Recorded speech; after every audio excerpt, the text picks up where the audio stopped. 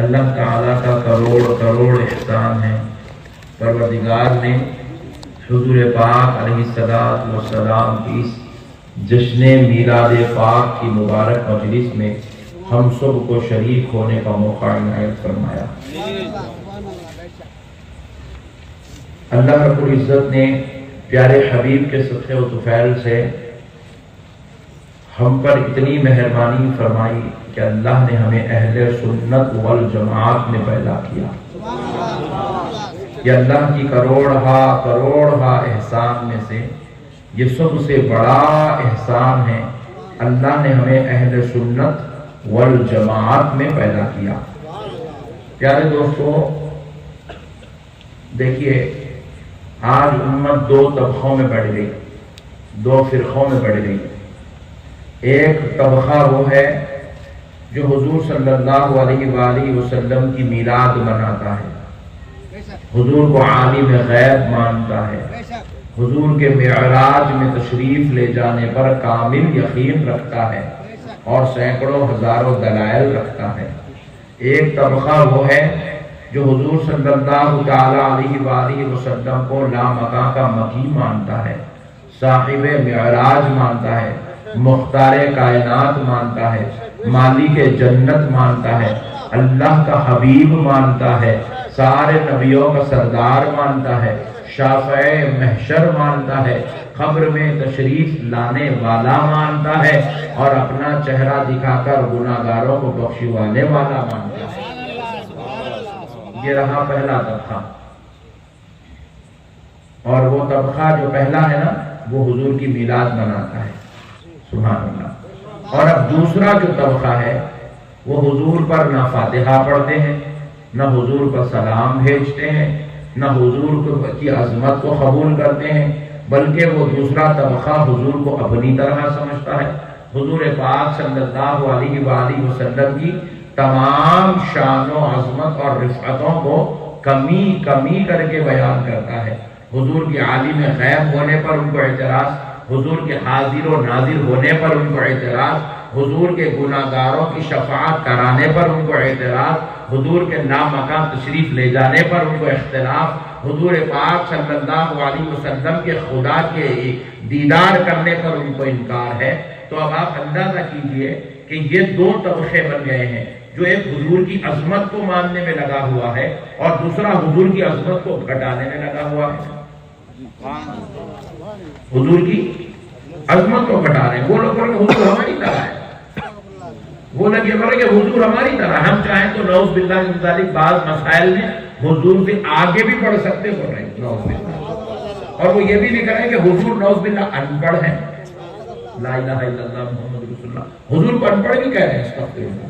اب آپ اندازہ کرتے چل رہے ہیں جو یہ ان کے اندر کی یہ جو چیزیں ہیں، اب ایسے لوگوں کو بولا جاتا ہے کہ بھائی بیچارو آؤ یار حضور کی میلاد منائیں گے، تو وہ بیچارہ سرے سے انکار کر دیتا کہ بھائی میں حضور کی میلاد نہیں مناتا، میں جشن میلاد میں شریک نہیں ہوتا، میں حضور کے نام پر کسی کو کھانا نہیں کھلاتا، میں حضور کے نام پر لائٹنگ لگانے کو پسند نہیں کرتا، میں حضور کے نام پر جو ہے یہ رات میں بیٹھنا، جلسہ سننا اور دن میں جلوس نکالنا، میں اس بات کو سرے سے قبول نہیں کرتا، قبول ہی نہیں کرتا، اور حضور کے لیے سلام پڑھنا، کھڑے ہونا نہیں قبول کرتا، حضور کے لیے فاتحہ پڑھنا، درود و سلام کا نذرانہ پیش کرنا قبول نہیں کرتا۔ تو آپ اندازہ کیجئے گا کہ آخر ان میں یہ اختلاف، یہ فتنہ، یہ انتشار، یہ حضور کو نہیں ماننا، یہ ان کی طبیعتوں میں کہاں سے آیا؟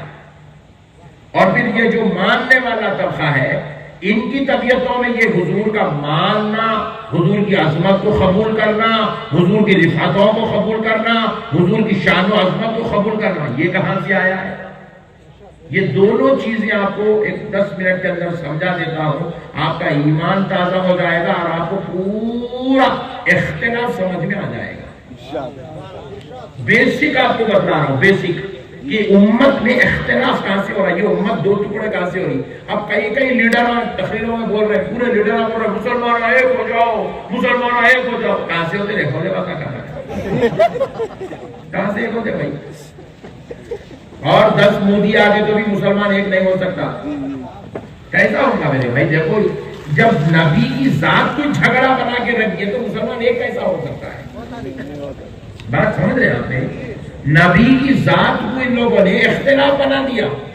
جس نام محمد پر پوری دنیا ایک ہو سکتی تھی، انہوں نے اسی نام محمد کو فتنہ بنا دیا. نعوذ باللہ. اسی نام محمد پہ امت کے دو ٹکڑے کر دیے. اب بول رہے سب ایک ہو جاؤ. کیسا ایک ہوتے میرے بھائی؟ کہاں سے ایک ہوں گے؟ آپ ذرا غور کیجئے گا کیسے اختلاف ہو رہا ہے، کہاں سے یہ فتنہ پیدا ہو رہا ہے. روزانہ فجر کی نماز کے بعد مسجد میں بیٹھنا، عصر کے بعد بیٹھنا، عشاء کے بعد بیٹھنا، ولیمے میں بیٹھنا، میت میں بیٹھنا، نکاح میں بیٹھنا، غم میں بیٹھنا، خوشی میں بیٹھنا، جہاں محفل مل گئی بیٹھ جانا. حج کو گئے مینا کے خیموں میں بیٹھ جانا، عمرہ کو گئے ہوٹل میں سب کو بلا لے کے کمرے میں بند کر لے کے بیٹھ جانا. بیٹھ کے کیا کرنا؟ کتاب کھولنا، کھول کے اس کے اندر پڑھتے جانا، سناتے جانا، پڑھتے جانا، سناتے جانا، پڑھتے جانا، سناتے جانا. کیا پڑھنا کیا سنانا؟ حضور صلی اللہ علیہ وسلم.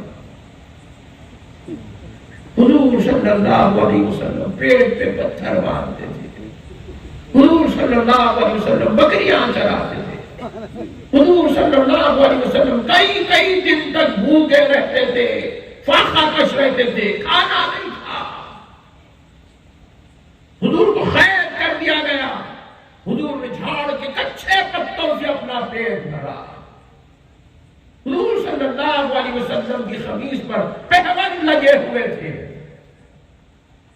اب آپ سوچو، جس کو صبح میں یہ باتیں، شام میں یہ باتیں، دوپہر میں یہ باتیں، سیرت کا پہلو نکال کے اس کو سناتے جائیں گے. پھر وہ سننے والا کون؟ جوہری، سونے کے کاروبار والا، چاندی کی کاروبار والا، ہول سیل کاروبار والا، کپڑے کے کاروبار والا، اسکول چلانے والا پرنسپل، دواخانہ چلانے والا ڈاکٹر، مکانوں کی جو ہے آرکیٹیکٹ کرنے والا انجینئر، سارے لوگ سن رہے ہیں. سب کو ذہن میں یہ مل رہا حضور صلی اللہ علیہ وسلم کا دور بڑا مجبوری کا دور تھا، ٹینشن کا دور تھا، اختلاف کا دور تھا. حضور کے پاس پہننے کے لیے پہبند کے کپڑوں کے علاوہ کوئی اور کپڑا نہیں تھا. یہ ذہن مل رہا. اب دیکھو ہم ان کو کچھ ایسا کہیں کو بولتے رہے بھائی تم حضور کا تعارف ہے. میں بلا رہے حولے تعارف ایسا کرا تھا. میں دیکھو میں یہاں آیا آپ کے پاس بیٹھا وجے واڑہ آپ کے یہ بھی جو علاقہ ہے بیٹھا ہوا میں. اب آپ یہاں پر کوئی آدمی جو ہے میرے کو اسٹیج پہ بلانے سے پہلے، میرے کو مائک دینے سے پہلے میرا تعارف کراتے ہوئے بیچارہ یہ بولا کہ اب آپ کے سامنے ایسے مولانا کو تقریر کے لیے پیش کیا جا رہا ہے جو بیچارہ قرضوں میں ڈوبا ہوا ہے.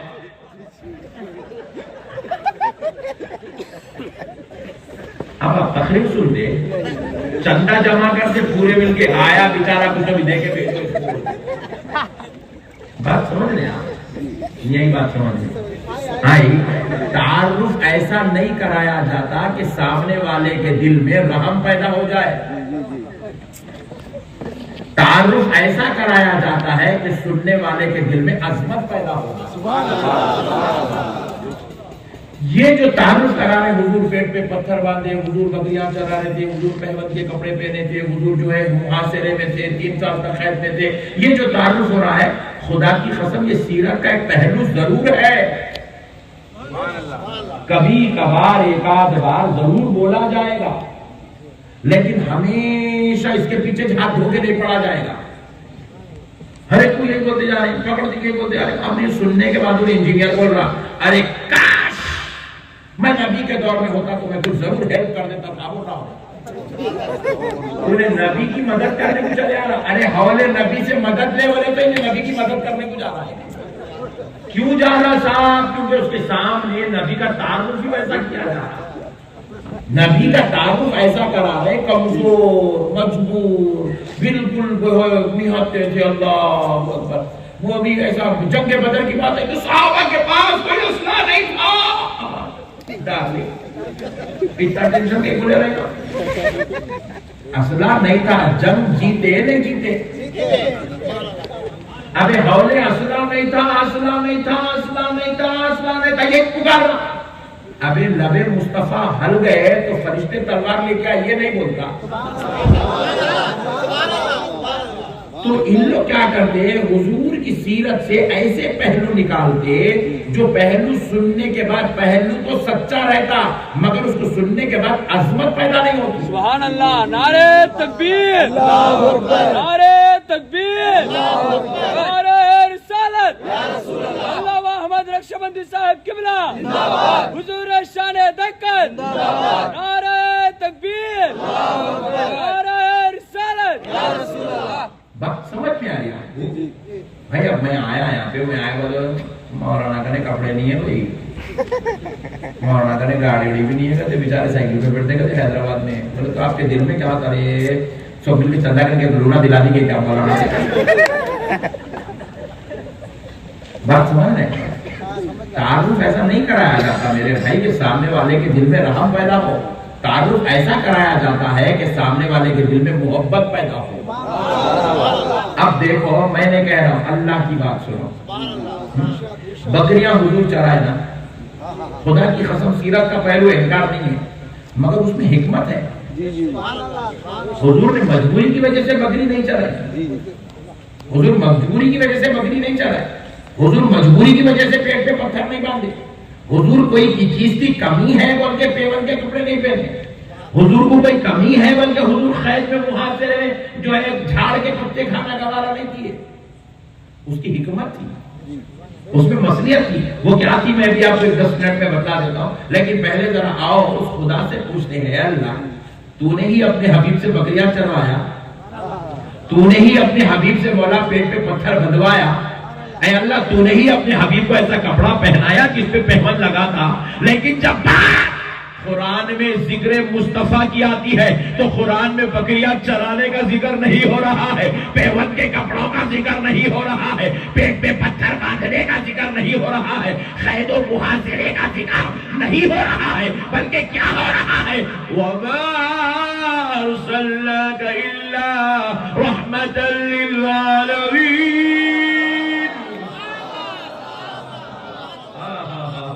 ارے بکریاں چرانے کا ذکر نہیں، خدا تعارف کرا رہا ہے۔ اے قرآن پڑھنے والوں، میں نے تمہارے بیچ میں جس محمد کو اتارا ہے وہ کوئی اور نہیں، میں نے اسے سارے عالموں کے لیے رحمت بنا کر اتارا۔ نعرہ تکبیر، اللہ اکبر، نعرہ رسالت، یا رسول اللہ، حضور شان دکن زندہ باد، نعرہ رسالت، یا رسول اللہ۔ اللہ قرآن پاک میں حضور کے پیٹ پہ پتھر باندھنے کا ذکر نہیں کر رہا ہے، بلکہ اللہ قرآن میں یوں کہہ رہا ہے، وَرَفَعْنَا لَكَ ذِكْرَكَ۔ اے حبیب ہم نے آپ کی خاطر آپ کے ذکر کو بلند کر دیا، اتنا بلند، اتنا بلند، اتنا بلند، 1,24,000 پیغمبروں کا ذکر ایک طرف، میرے مصطفیٰ تیرا ذکر ایک طرف۔ حبیب اتنا بلند، اب جب جب نمازوں میں خدا کا ذکر ہوگا مصطفیٰ تیرا بھی ذکر ہوتا رہے گا، اذانوں میں جب جب میرا ذکر ہوگا تیرا بھی ذکر ہوگا، اقامت میں میرا ذکر تو تیرا ذکر، قرآن میں میرا ذکر تو تیرا ذکر، نبیوں کی زبان پر میرا ذکر تو تیرا بھی ذکر، عرش الہی پر میرا ذکر، میرے حبیب تیرا بھی ذکر، میرے مصطفیٰ جنت کے دروازوں پر میرا ذکر تو جنت کے دروازوں پر تیرا بھی ذکر، حوروں کے پاس میرا ذکر تو تیرا بھی ذکر، میرے حبیب حد تو یہ ہے محشر ہوگی، گناہگار تیرے ہوں گے، بندے میرے ہوں گے، مگر مصطفیٰ سجدہ تیرا ہوگا، اس سجدے کے خاطر سارے گناہگاروں کو بخش دیا جائے۔ نعرہ تکبیر، نعرہ رسالت، یا رسول اللہ، نعرہ رسالت، یا رسول اللہ، صدیق اکبر زندہ باد، فاروق اعظم زندہ باد، عثمان غنی زندہ باد، امام اعظم زندہ باد، شہید اعظم زندہ باد، غوث اعظم۔ پورا شجرا پڑھتے ہیں، عاشق نکل گئے بیچارے، یہ پیروں کے مریدہ رہے تو ایسی رہتے، عاشق رہتے، بازو والوں کا نہ پیر ہے نہ مرشد ہے، اس لیے رکھے رہتے بیٹھے۔ مسئلے کو سمجھو، مسئلے کو سمجھو مسلمانوں، دین سمجھداری کا نام ہے بھائی۔ اگر نبی کا تعارف تو ہم سے نہیں لینا چاہتا تو مت لے، کم سے کم قرآن سے لے لے، قرآن سے تو لے لے یار۔ قرآن میں بتاؤ اللہ نے کہاں ذکر کیا کہ حضور بکریاں چراتے تھے، حضور جو ہے پیٹ پہ پتھر باندھتے تھے، حضور پہلوان کے کپڑے پہنتے تھے، قرآن میں یہ ذکر کہاں ہے؟ مگر ہاں یہ ذکر قرآن میں ضرور ہے، وَلَسَوْفَ يُعْطِيكَ رَبُّكَ فَتَرْضَىٰ، اے میرے حبیب تیرا رب تجھ کو اتنا دے گا، اتنا دے گا کہ تو اپنے رب سے راضی ہو جائے گا۔ حبیب تیرا رب تجھ کو راضی کرے گا، تجھ کو اتنا دے گا کہ تو اپنے رب سے راضی ہو جائے گا۔ پھر فرماتا ہے تِلْكَ الرُّسُلُ فَضَّلْنَا بَعْضَهُمْ عَلَىٰ بَعْضٍ مِّنْهُم مَّن كَلَّمَ اللَّهُ وَرَفَعَ بَعْضَهُمْ دَرَجَاتٍ۔ اللہ کہہ رہا ہے ہم نے ان رسولوں میں سب رسولوں پر ایک رسول کو فضیلت دی،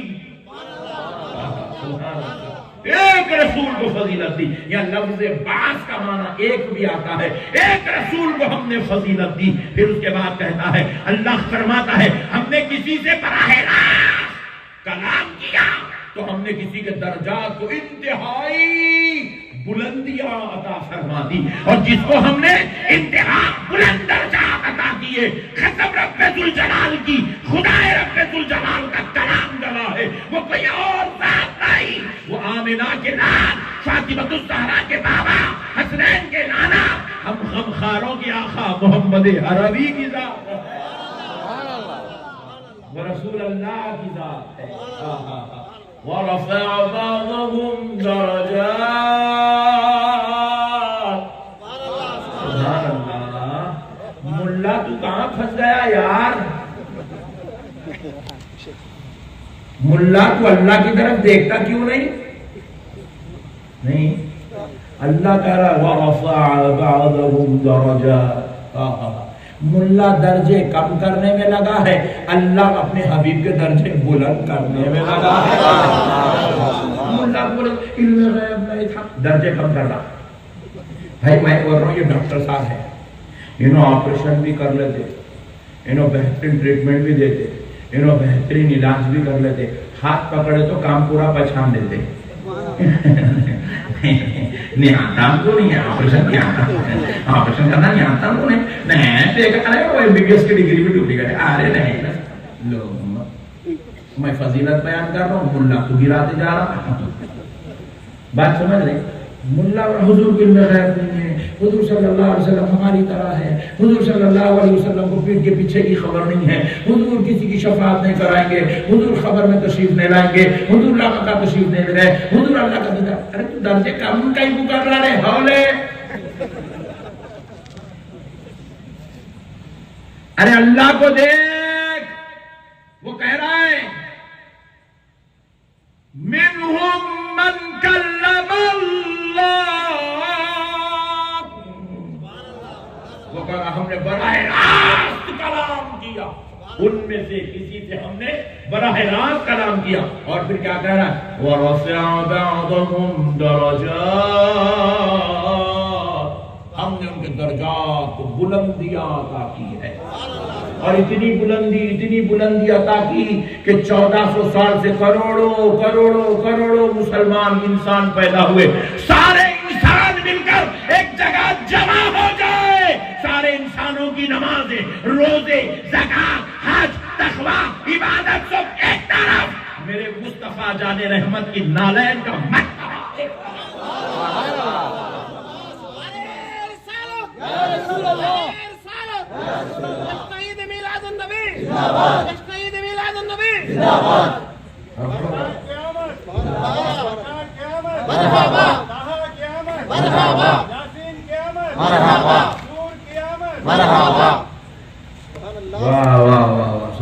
نہیں اللہ درجہ بلند کرنے میں لگا ہے، ملا گھٹانے میں لگا ہے، بڑا خطرناک ہے ملا یہ، نہیں سبحان اللہ۔ میرے پیارے دوستو ذرا غور تو کرو، اللہ رب العزت کہہ رہا ہے حبیب تجھے اتنا دیں گے کہ تو اپنے رب سے راضی ہو جائے گا۔ سبحان ارے میرے بھائی پچھلی امتوں میں بھی گناہگار تھے، اللہ ان کو زمین سے آسمانوں پہ اٹھاتا اور آسمان کے قریب سے پٹک دیتا، زمین پہ پٹک دیتا۔ اللہ اکبر، ان کو یہ دردناک عذاب دیے گئے پچھلی امتوں کو، پچھلی امتوں کو یہ دردناک عذاب دیے گئے۔